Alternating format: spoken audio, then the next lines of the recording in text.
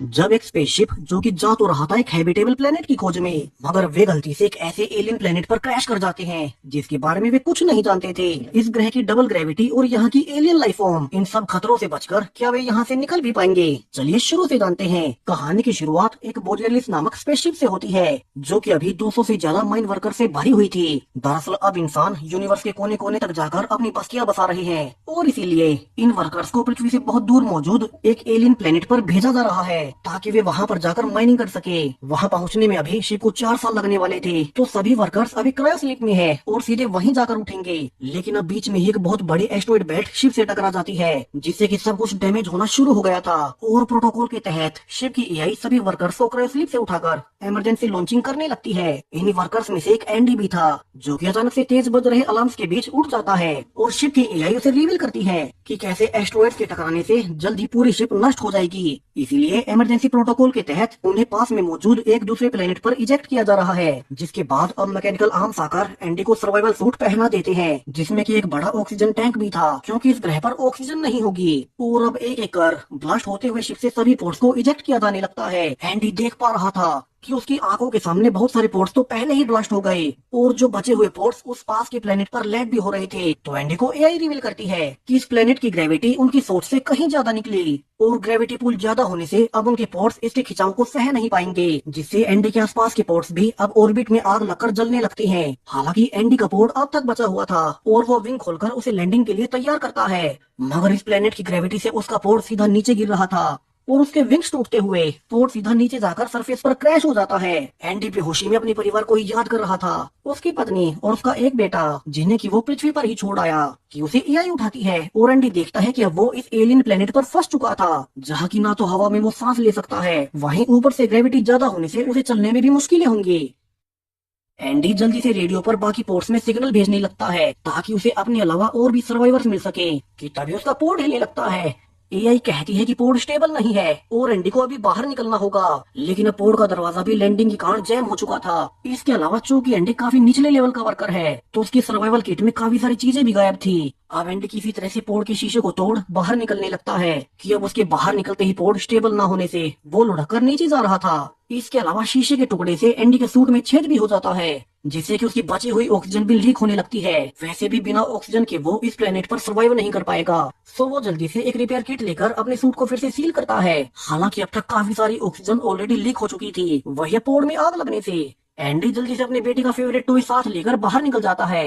Andy देखता है कि इस वीरान पड़े ग्रह की तेज ग्रेविटी के कारण अब उनका पूरा बोरियलिस स्पेसशिप इस प्लेनेट पर आकर क्रैश हो गया जिससे कि बहुत बड़ी शॉकवेव निकलती है और एंडी भी इससे पीछे जा गिरा था। अब एंडी के पास सिर्फ उसकी एआई ही थी जिससे कि वो अपने सर्वाइवल के बारे में पूछ सकता है और एआई उसे रिवील करती है कि वे जिस प्लेनेट पर जा रहे थे उस तक जाने में काफी ज्यादा टाइम लगने वाला था। सो उनकी कंपनी ने पैसा और फ्यूल बचाने के लिए एक शॉर्टकट ले लिया और इसी शॉर्टकट वाले रास्ते के बीच वो एस्टेरॉयड बेल्ट थी जिससे कि टकराने के बाद अब वे इस अननोन प्लेनेट पर आ गिरे हैं जिस प्लेनेट के बारे में उन्हें कुछ नहीं पता। यहाँ से पृथ्वी और वो माइनिंग प्लेनेट दोनों ही बहुत ज्यादा दूर थे। अब एंडी घबराते हुए दूर से नजर आ रही लाइट की ओर जाने लगता है ताकि उसे अपने जैसे और भी सर्वाइवर्स मिल सके। वैसे भी अब उसके पास कम ही ऑक्सीजन बची थी। एंडी इस बंजर पड़े प्लेनेट पर काफी दूर चलने के बाद फाइनली अपने स्पेसशिप के क्रैश हुए टुकड़े तक पहुंच ही जाता है जहाँ की आग लगी हुई थी, लेकिन यहाँ कोई सर्वाइवर नहीं था। तो वो पास के पोर्ट से ऑक्सीजन टैंक निकालने लगता है, लेकिन उसकी बुरी किस्मत कि वो टैंक ही पहले से डैमेज हो चुका था, यानी कि उसे यहाँ भी ऑक्सीजन नहीं मिलेगी। एंडी जल्दी से आगे बढ़ने लगता है ताकि उसे कुछ और पोर्ट्स मिल जाएं। हालांकि इसी बीच उसने ध्यान नहीं दिया उसके पीछे वाले पोर्ट्स पर किसी तरह के निशान बने हुए थे, यानी कि इस ग्रह पर कोई एलियन लाइफ मौजूद है जो कि बहुत खतरनाक है। अब कुछ देर चलने के बाद एंडी को एसओएस लाइट्स नजर आती हैं जो कि एक रेतीले तूफान के बीच लगी हुई थी और एक और सर्वाइवर ड्वेन इन्हें इंस्टॉल कर रहा था ताकि पृथ्वी पर मैसेज भेज सके कि वे अब इस प्लेनेट पर फंसे हुए हैं और उन्हें यहाँ से निकालने के लिए वे एक रेस्क्यू शिप भेजें। अब ड्वेन और एंडी एक दूसरे को देख बहुत खुश थे क्योंकि 200 से भी ज्यादा वर्कर्स में से सिर्फ वे ही जिंदा बचे थे। ड्वेन कंपनी पर गुस्सा भी होता है ये सिर्फ फ्यूल बचाने के लिए वे शिप को इस खतरनाक रास्ते से ले जा रहे थे। यहाँ ड्वेन ने कम्युनिकेशन डिवाइसेस का इस्तेमाल कर हेल्प मैसेज भेज दिया था, मगर अब उसके अनुसार ये मैसेज सिर्फ पृथ्वी तक पहुँचने में ही 8 महीने लग जाएंगे और वहाँ से रेस्क्यू शिप आने में इससे भी ज्यादा 1.5 साल लगेंगे, यानी कि उन्हें कैसे भी करके अब 2 सालों तक इसी ग्रह पर सर्वाइव करना होगा। अब ये सुनकर तो एंडी बुरी तरह से डर जाता है क्योंकि वे तब तक यहाँ सर्वाइव कैसे करेंगे, ऑक्सीजन से लेकर खाने पीने तक वे जिएंगे कैसे। लेकिन ड्वेन उसे अच्छी खबर भी देता है कि चूंकि बाकी सब मर चुके होंगे तो उन्हें बस अपने स्पेसशिप का मेन पार्ट ढूंढना है। उसमें बाकी लोगों को खाना अब वे दोनों आराम से खा सकेंगे और वहाँ पर ऑक्सीजन के बड़े टैंक्स हैं, तो उन दोनों के लिए वो ऑक्सीजन और खाना पानी अगले 2 सालों के लिए बहुत होगा। अब एंडी भी ड्वेन की मदद करने के लिए उसकी डिवाइसेस को सेट करने लगता है और अब जैसे ही वो मुड़ा ही था कि उसके पीछे से अब एक क्रीचर आकर ड्वेन को उठा ले गया और एंडी पलट कर देखता है कि अब ड्वेन वहाँ नहीं था। एंडी को लगता है कि ड्वेन उसे अपनी ऑक्सीजन नहीं देना चाहता होगा और वो स्पेसशिप का मेन हिस्सा ढूंढने के लिए अकेला ही निकल गया। सो पृथ्वी पर हेल्प का मैसेज भेजने के बाद एंडी ड्वेन की बची हुई गन ले लेता है और एआई उसे कहती है कि उसके ऑक्सीजन लेवल नीचे जा रहे हैं और उसे अभी ही बड़े शिप के हिस्से तक जाकर ऑक्सीजन ढूंढनी होगी। अब एंडी जल्दी से आगे बढ़ते हुए लगातार रेडियो से चेक भी किया जा रहा था कि कोई और सर्वाइवर से बचा हुआ मिल ही जाए और एंडी रियलाइज करता है कि वो अभी असल में एक बड़ी चट्टान के ऊपर मौजूद है और वो स्पेसशिप का मेन हिस्सा उसे बहुत दूर पड़ा था। एंडी अपनी फैमिली को याद करने लगता है कि शायद से वो अब बच नहीं पाएगा इस वीरान ग्रह पर। अब वो क्या करे, वो बिल्कुल अकेला था कि फाइनली उसे रेडियो पर एक और सर्वाइवर की आवाज आती है। ये कोई औरत नाओमी थी जो कि कहती है कि वो लैंडिंग के दौरान अपने पोर्ट में ही फंस गई क्योंकि उसका पोर्ट उसके पैरों के ऊपर गिरा हुआ है, सो उसे अभी मदद चाहिए और एंडी उसके पास आकर उसे बाहर निकाल ले। नाओमी जल्दी से एंडी को अपनी लोकेशन भेजती है और इस लोकेशन को देख एंडी का एआई उसे सजेस्ट करता है कि एंडी को वहां जाना नहीं चाहिए कि उसके स्कैन्स के अनुसार वो एरिया अनस्टेबल हो सकता है। इसके बजाय एंडी को स्पेसशिप के मेन हिस्से तक जाना चाहिए क्योंकि उसकी ऑक्सीजन वैसे ही कम है। अब एंडी सोचने लगता है कि उसे ये रिस्क लेना भी चाहिए या नहीं और नाओमी उसे यकीन दिलाती है कि उसके पास बहुत सी ऑक्सीजन है और वो उसे अपना टैंक शेयर कर लेगी, फिर वे एक साथ मेन स्पेसशिप तक निकल पड़ेंगे। अब एंडी किसी को मरने नहीं दे सकता था, सो जान का खतरा होने के बावजूद एंडी नाओमी के लोकेशन की ओर ही जाने लगता है। वो पहाड़ों से होते हुए अपना रास्ता तय करते जा रहा था लेकिन अब तक रात होते हुए उसे अपने आसपास अजीब सी आवाजें आने लगती हैं, जबकि अंधेरा होने के कारण उसके सूट की एआई आसपास के एरिया को स्कैन नहीं कर पाती कि ये आवाजें आ कहां से रही हैं। वहीं इस प्लेनेट के बारे में उन्हें पहले से कोई जानकारी नहीं थी कि यहाँ कोई लाइफ फॉर्म भी हो सकती है। तो एंडी अब नाओमी से ही रेडियो पर बात करते हुए आगे बढ़ने लगता है और इसी दौरान अब उसे सरफेस पर बड़े बड़े छेद दिखाई देने लगते हैं और उनके सामने एक बड़ा होल था, यानी कि अब ये तो कंफर्म है कि यहाँ कोई न कोई क्रीचर रहता होगा, वरना नेचुरली ऐसे निशान कभी नहीं बन सकते।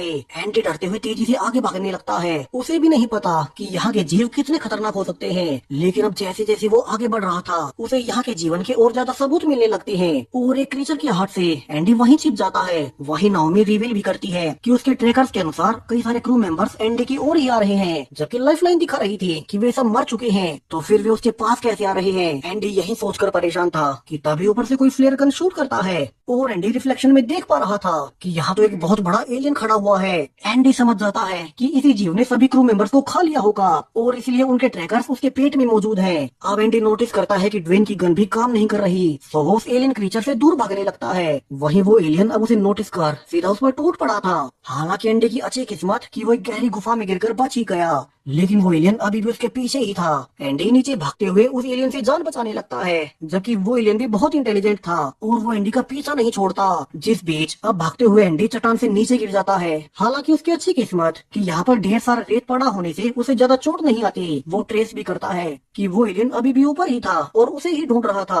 अब एंडी घबराकर नाओमी को सब बताने लगता है कि कैसे इस ग्रह पर बड़े ही खतरनाक एलियन जीव रहते हैं। उसकी काफी सारी ऑक्सीजन तो भागते हुए खर्च हुई ही थी, वहीं नीचे गिरने से फिर से उसका सूट फट गया और जब तक एंडी उसे सील कर पाता उसकी कुछ और ऑक्सीजन वेस्ट हो गई। और अब तो नाओमी उसे खुद से कहती है कि वो चाहे तो उसे मरता हुआ छोड़कर खुद के लिए टैंक ढूंढ सकता है जो कि उसके ज्यादा पास हो, लेकिन एंडी कहता है कि वो उसी की ओर आ रहा है कि तभी उसे रेडियो पर ड्वेन की आवाज आने लगती है। ये वही ड्वेन था जो कि एंडी को पहले मिला था। अब वो रेडियो पर कहता है कि वो अभी इन एलियन से बचता फिर रहा है और एंडी उसके पास आ जाए। नाओमी भी रेडियो पर कहती है कि एंडी को जाकर ड्वेन को बचाना चाहिए, उसके पास उसका टैंक भी होगा तो एंडी के लिए वो ज्यादा सेफ रहेगा। अब एंडी जल्दी से भागकर ड्वेन की लोकेशन की ओर जाने लगता है। उसे रियलाइज होता है कि शुरू वाली फ्लेयर गन उसी ने चलाई थी और अब तक उसे ड्वेन दिख भी जाता है जो कि एलियन से बचकर भाग रहा था। लेकिन अब एंडी के पास पहुंचने से पहले ही एक एलियन फाइनली ड्वेन को पकड़ ही लेता है। एंडी एक पोर्ट के पीछे छुपकर देखता है कि कैसे वो एलियन ड्वेन को तड़पाकर उसके ब्लड का इस्तेमाल अपने लिए खाने के रूप में कर रहा था। वही अब उसके छिपते हुए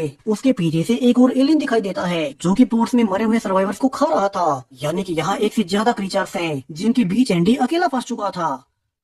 सो नाओमी अब उसे बचाने के लिए आसपास पड़े सारे ही पोर्ट्स का अलार्म बजा देती है, जिससे कि वे क्रीचर्स डिस्ट्रैक्ट हो रहे थे और इसी डिस्ट्रैक्शन का फायदा उठा एंडी, जो कि अब तक एक पोर्ट में छिपा हुआ था, वो बाहर निकलकर उन एलियन से दूर भागने लगता है। लेकिन वे क्रीचर्स भी उसे नोटिस कर ही लेते हैं और दोनों एक साथ एंडी के पीछे आने लगते हैं। लेकिन अब जैसे ही एंडी एक फोगी एरिया में गया ही था कि वे आगे नहीं बढ़ते। ऐसा लग रहा था मानो वे इस एरिया में जाने से डर रहे हो और वे वहीं से वापस भाग जाते हैं। अब एंडी खुशी से नाओमी को रेडियो पर बताता है कि वे यहाँ से डर क्यों रहे थे, ये तो उसे भी नहीं पता, और अब वो उसी के पोर्ट की ओर आ रहा है। नाओमी रेडियो पर काफी डरी हुई थी क्योंकि इस प्लेनेट पर एलियंस मौजूद हैं। सो एंडी उसे शांत करता है कि वे आगे जाकर अपने स्पेसशिप में छिप जाएंगे और रेस्क्यू शटल के आने तक 2 साल तक वहीं छिपे रहेंगे। रास्ते में चलते हुए एंडी को फायरफ्लाइज भी नजर आती हैं, जिनकी लाइट से एंडी को लगता है कि वे भी पृथ्वी वाली फायरफ्लाइज जैसी ही होंगी। लेकिन अब एक फ्लाई उसके पास आते ही रेड में बदल जाती है और देखते ही देखते सभी का कलर रेड हो गया था, जिसके बाद वे एक साथ एंडी पर अटैक कर देती है। यहाँ एंडी भागकर किसी तरह से उनसे पीछा छुड़ाता है। उसे लग रहा था कि अब वो बच ही गया